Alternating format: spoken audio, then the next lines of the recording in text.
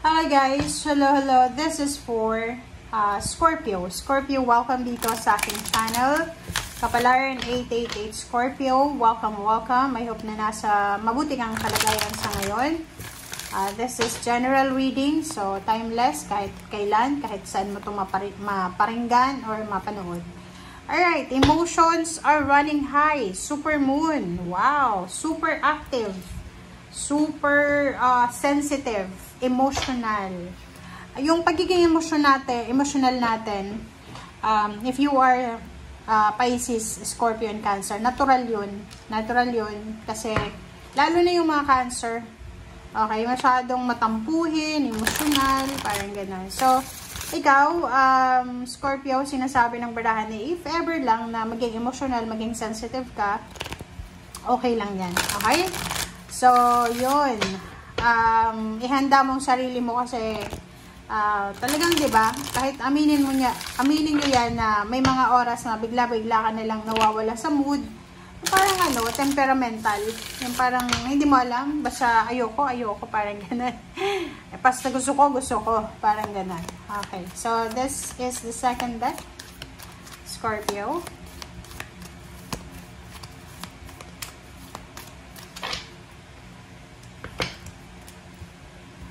Okay, completion. Alright, so Scorpio. Nakikita ko sure dito, isa sa possible na rason kung bakit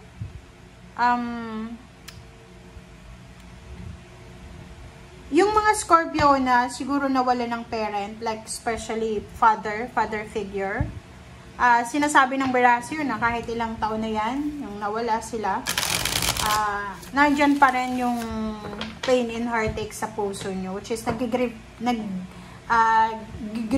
grief pa rin kayo everyday. Okay, parang ganon. So, sinasabi ng Berasio, Scorpio, na may magtatapos. There's an ending. There's a completion. It's either relationship, it's either contract, it's either poverty, parang gano'n. So, kung ano man ito na makukumpleto, matatapos, pwedeng yan yung rason kung bakit ka magiging sensitive. Pwedeng like makatanggap ka ng balita about the completion, the endings of anything na related sa'yo. Alright, Four of Wands. Okay, tingnan natin sa ilalim mo, Four of Wands. There's a Two of Wands. There's a King of Swords. Okay. And there's a Ace of Pentacles. So, tingnan mo dito. Sinasabi ng Berasio, Four of Swords, Two of Wands, and King of Swords. Meron ka, Scorpio, na direksyon na gustong tahakin. Like, for example, marami kang gustong gawin sa buhay mo. Like, for example, here, yung King of Swords kasi is siya yung barahan na parang sinasabi ng bara sa'yo na you need to focus sa kinabukasan. You need to focus sa future mo. And huwag ka nang tumingin sa nakaraan. Like example about money. Pwedeng meron ditong Scorpio na kahit kumikita siya ng maliit sa isang company, nag-i-stay pa rin siya because komportable na siya. Sinasabi sa'yo ng King of Swords na you need to decide. You need to decide kasi hindi abang buhay na andyan ka sa sitwasyon na yan. But there's Two of Wands dito na parang nasa gitna ka ng crossroad. Hindi mo alam ano ba yung gagawin mo. Tama ba tong desisyon na gagawin mo? Parang ganyan.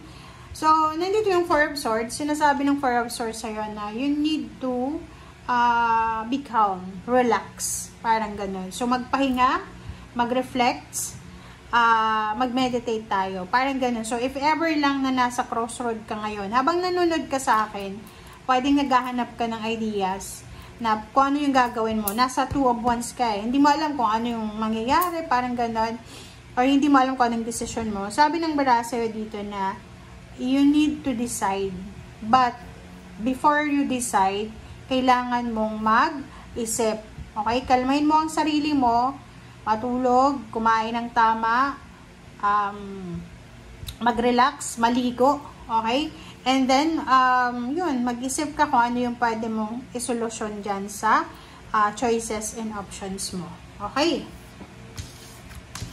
Alright. So, tingnan natin dito sa Hierophant. Okay, sa Hierophant mo, Six of Pentacles, there's a Five of Wands, and then there's a Knight of Pentacles. So, for this 3 cards, sinasabi ng bara sa'yo na maybe may mga pag-aaway sa pamilya, like mag-asawa. Pwedeng mag-asawa to. Posibleng may mag-asawa, mag-boyfriend, girlfriend, mag-nanay, magkapatid, magkaibigan, magka-partner sa trabaho, or kano pa man. Basta dalawa to, or maybe lima kayo, or kung ilan man na nag-aaway. Nag-aaway to because of money. Parang imbalance yung receiving and giving. Like for example, kung married ka or nasa live-in partner ka, parang ano, kanya-kanya kayo ng kita, 'di ba? Yung trabaho nyo, kanya-kanya kayo ng sweldo, kanya-kanya ng kain, kanya-kanya ng gastos. So what's the use na magsama kayo, 'di ba? So parang ang sinasabi ng bara sa'yo dito na Nine of Pentacles, there's someone here, like fire sign you are Sagittarius or any zodiac sign, na posibleng papasok sa buhay mo and doon mo marirealize Like for example, may long time relationship ka, boyfriend or girlfriend. Tapos sa relationship nyo, parang magkapatid lang ka. O hindi nga magkapatid kasi yung magkapatid nag-share ng mga bagay-bagay Parang ano, yung sa gabi lang kayo, like intimate, yun lang yung parang mararamdaman mo na part siya ng buhay mo Kasi for example, kung bago siyang sweldo, wala naman siyang binibigay sa'yo. And then, ikaw din, nagtatrabaho ka siguro. And then, parang walang direksyon. So, dito sa barahang to, sinasabi ng baraha sa'yo na yung partnership and collaboration mo dito, Scorpio, ay kailangan na maayos. But, there's someone here na papasok sa buhay mo na, yung taong ito, na papasok sa buhay mo, na parang marirealize mo, kaya pala, okay, so, nasa maling relasyon pala ako, nasa maling trabaho pala ako, parang ganun. So, sinasabi ng baraha sa'yo dito na there's a realization about the job, the toxic job, or toxic workmates, or toxic and parang dangerous na relationship na meron ka, na posibleng parang mabago. Parang there's something na matapos na, or there's something na magsisimula. Okay? Alright, so next card natin is Five of Swords. Okay, Five of Swords, tingnan natin. There's a Queen of Wands, there's a Seven of Pentacles, and then there's an Ace of Cups. So, Five of Swords, conflict. Conflict talaga to guys. So, parang, halimbawa, meron ditong mga Scorpio na medyo conflict yung sitwasyon mo. Relationship, trabaho, negosyo, or anything. Tingnan mo dito. Conflict. Hindi ka makapag-desisyon Queen of Wands, gusto mo nang makaalis, gusto mo nang makalayo, gusto mo nang magkaroon ng freedom sa anuman na conflict na to na pinagdadaanan mo. Yung parang feeling mo, in a relationship ka nga, pero parang nasasakal ka. May trabaho ka nga, pero parang wala ring trabaho. Parang ganun. So, Seven of Pentacles and Ace of Cups, sinasabi ng baraha sa'yo na in terms of relationship, like for example, intimate, walang sino man ang makakapagsabi na ang Scorpio ay hindi marunong magmahal, hindi marunong mag-alaga ng relationship. Kasi dito, sinasabi ng barahan na binigay mo yung lahat diba? Binigay mo yung lahat. So, walang sino man ang makakapagsabi sa'yo na, oy, si Scorpio, sakim niya, kaya ganyan yung relationship niya kasi hindi siya marunong mag-give way. No. Kasi dito sinasabi ng barahan na, ang Scorpio na to sacrificial yung ginagawa niya sakripisyo siya ng sakripisyo para sa kanyang relationship, especially sa trabaho. Okay? But nandito yung Ace of Cups, sinasabi ng baraha sa'yo na kailangan mo na, Scorpio, na i-focus ang kaligayahan mo, ang sarili mo. Yun yung pinaka-importante. Diba? Alright, so next card natin is Eight of Swords. Okay, 8 of Swords, Page of Wands, the Sun. Oh, talaga. So, dito sinasabi ng bara sa'yo na meron talaga ditong Scorpio na, especially yun, eto, tapos eto, lahat sila connected sa bawat isa, na parang sinasabi na, if you are not happy sa relationship, sa trabaho, sa lugar, sa kung ano mang ginagawa mo siya ngayon, oras na para mag-move forward ka. Hanapin mo yung kaligayahan mo, especially sa relationship. Okay? Sinasabi ng bara sa'yo, na yun na nga, dito sa 5 of Swords, unahin mo ang sarili mo, unahin mo ang kaligayahan mo. And yung 5 of Wands dito, this is all about future. Movement, positive movement, forward ka na dapat. Forward movement na. Huwag ka nang mag-stay dyan. Kasi sayang diba?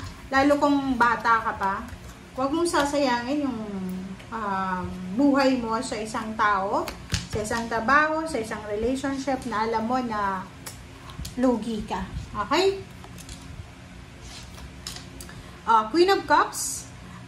Sinasabi ng bara sa'yo dito na Scorpio, congratulations sa'yo. Okay? Congratulations because there's a sudden, immediate news. There's a sudden or immediate news. There's a, parang ano siya, nang tawag dyan, napakabilis na balita na parang ano siya, kidlat sa balita. And this one, maraming pwedeng good news na darating sa'yo. It's either travel, yun na nga, pwedeng makakaalis ka na sa sitwasyon na hindi na maganda para sa'yo, financial, emotional. There's a business offer, there's a partnership and collaboration about money, there's a wedding proposal or love relationship or business proposal. Okay? So, thank you guys for watching and see you again. Bye!